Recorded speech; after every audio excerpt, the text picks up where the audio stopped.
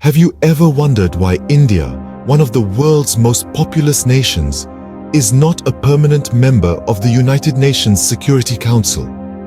This prestigious council holds the weight of international peace and security in its hands, with its permanent members wielding the power of veto over its decisions. But despite its global influence, India, a nation of over 1 billion people, isn't among its permanent members. This raises the question, why not? It's a contentious issue, sparking debate and raising questions about India's international standing. Is it a reflection of India's global influence or a consequence of historical decisions? To understand India's position, we need to revisit history, specifically the decisions made by the first Prime Minister of India, Jawaharlal Nehru.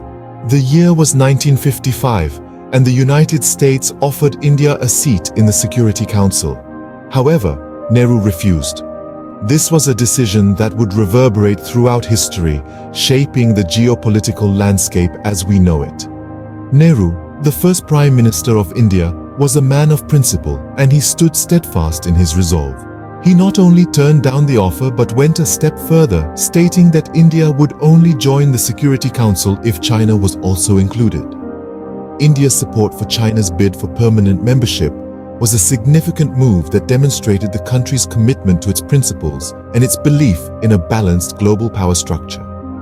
This decision was not made in isolation.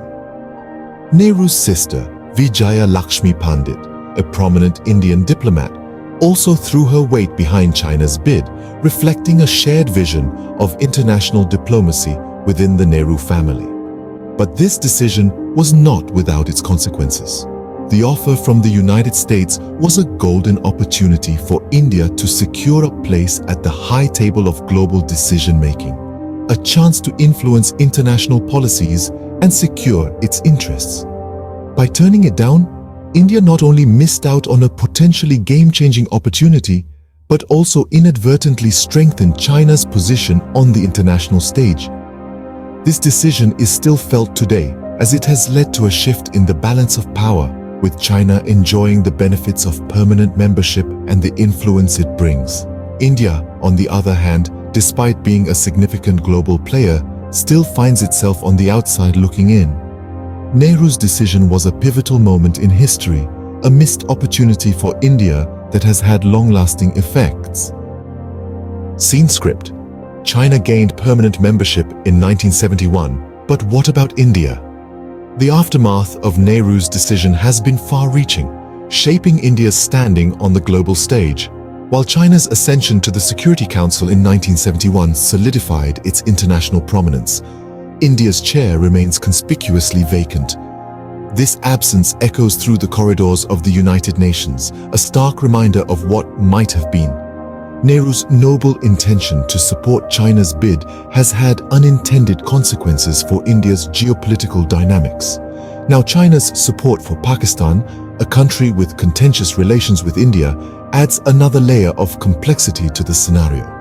This, in turn, has influenced the geopolitical chessboard, with implications for India's international relations and its standing in the UN. In the present day, India's aspiration for a permanent seat in the Security Council is a topic of ongoing debate. It's a pursuit that's both a testament to India's global ambitions and a reminder of the lasting impact of past decisions. Despite being one of the world's largest democracies and economies, India's seat at the table of permanent members remains elusive. The ripple effects of Nehru's decision continue to unfold, shaping India's international narrative and its quest for a more prominent role on the global stage. As we look to the future, the question of India's position in the Security Council remains a poignant one. The question remains, will India ever secure a permanent seat in the United Nations Security Council? Only time will tell. What if India had approached the Kashmir issue differently? Would we still grapple with the same unrest today? As we delve into history, we find Jawaharlal Nehru, India's first Prime Minister, making a crucial decision that would shape the future of Kashmir. He chose to keep Sardar Patel, a key figure in India's independence, away from the Kashmir issue. Instead, he appointed N. Gopalaswamy Iyengar, a move that stirred quite a bit of controversy. Despite Patel's opposition, Nehru took a step that would set the stage for decades of conflict. He referred the issue to the United Nations. This decision, though possibly well-intentioned, led to ongoing unrest in the region. The Kashmir issue turned into a protracted problem, a tug-of-war between nations, with the people of Kashmir caught in the crossfire. This decision, made in the early days of independent India, created a lingering issue that remains unresolved to this day. Imagine if India had been a permanent member of the UN Security Council. How different would our global standing be? Picture this. The year is 1945. The United Nations is being formed, and India, a newly independent nation, is offered a permanent seat on the Security Council. But Nehru, our first Prime Minister, refused this golden opportunity. Instead, he supported China's bid for the same. Now, let's consider the implications of this decision. Permanent members of the UN Security Council possess veto power, a significant tool for shaping global policies. Had India secured this position, it would have had a substantial say in international affairs, significantly boosting our influence on the world stage. Moreover, it would have strengthened our diplomatic clout, giving us leverage in negotiations and disputes, be they territorial, trade-related, or of any other nature. But alas, that was not to be. Nehru's decision to decline the offer, for reasons best known to him, has left us grappling with its consequences to this day. An opportunity missed that continues to impact India's international influence. Could India have avoided the military disaster of the 1962 Indochina War? This question often echoes in the annals of Indian history. The answer lies within the choices made by Jawaharlal Nehru, the first Prime Minister of independent India. Nehru's failure to address China's territorial claims was a significant oversight. China had been laying claims to vast swaths of Indian territory, and instead of confronting this issue head-on, Nehru chose a path of placation and appeasement. This lack of decisive action created an opportunity for China to press its claims further. The other critical aspect was the lack of military preparedness. Despite warnings from the military and intelligence agencies about a potential conflict with China, Nehru failed to take the necessary steps to strengthen India's defenses. When war did break out, the Indian military was caught off guard, leading to a military debacle that still haunts the nation. The consequences of the 1962 Indochina War debacle were far-reaching. Not only did it result in a military setback, but it also led to ongoing border disputes between India and China. These disputes continue to strain relations between the two nations, causing tension and instability in the region. A failure that led to a military setback and ongoing border disputes. The 1962 Indochina War serves as a stark reminder of the importance of strategic foresight and preparedness in safeguarding a nation's sovereignty and territorial integrity. What if India had not been divided on linguistic lines? Would we be more united today? It's a question that stirs up quite a debate. Let's delve into this, shall we?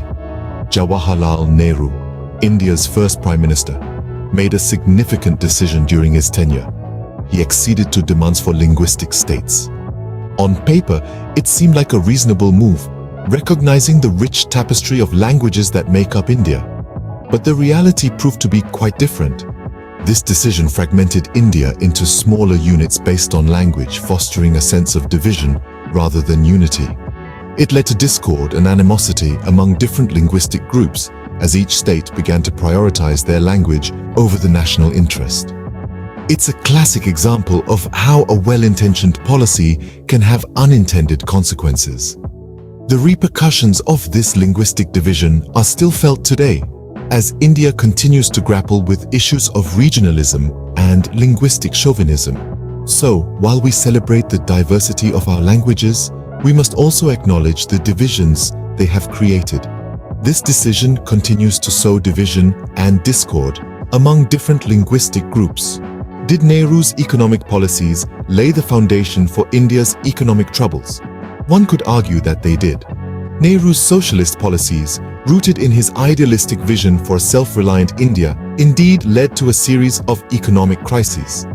The nation saw diminished exports, rampant inflation, and constrained agricultural growth.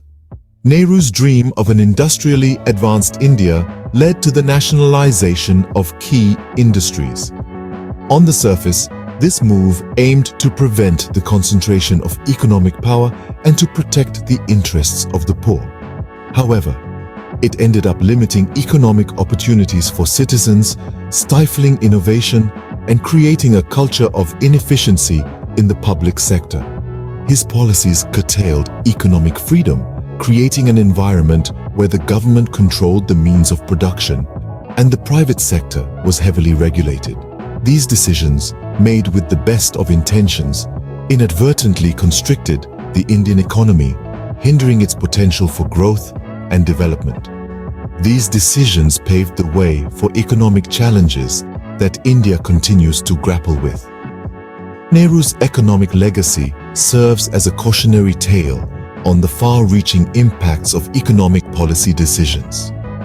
It reminds us that while idealism can inspire, it is practicality and adaptability that truly drive economic progress.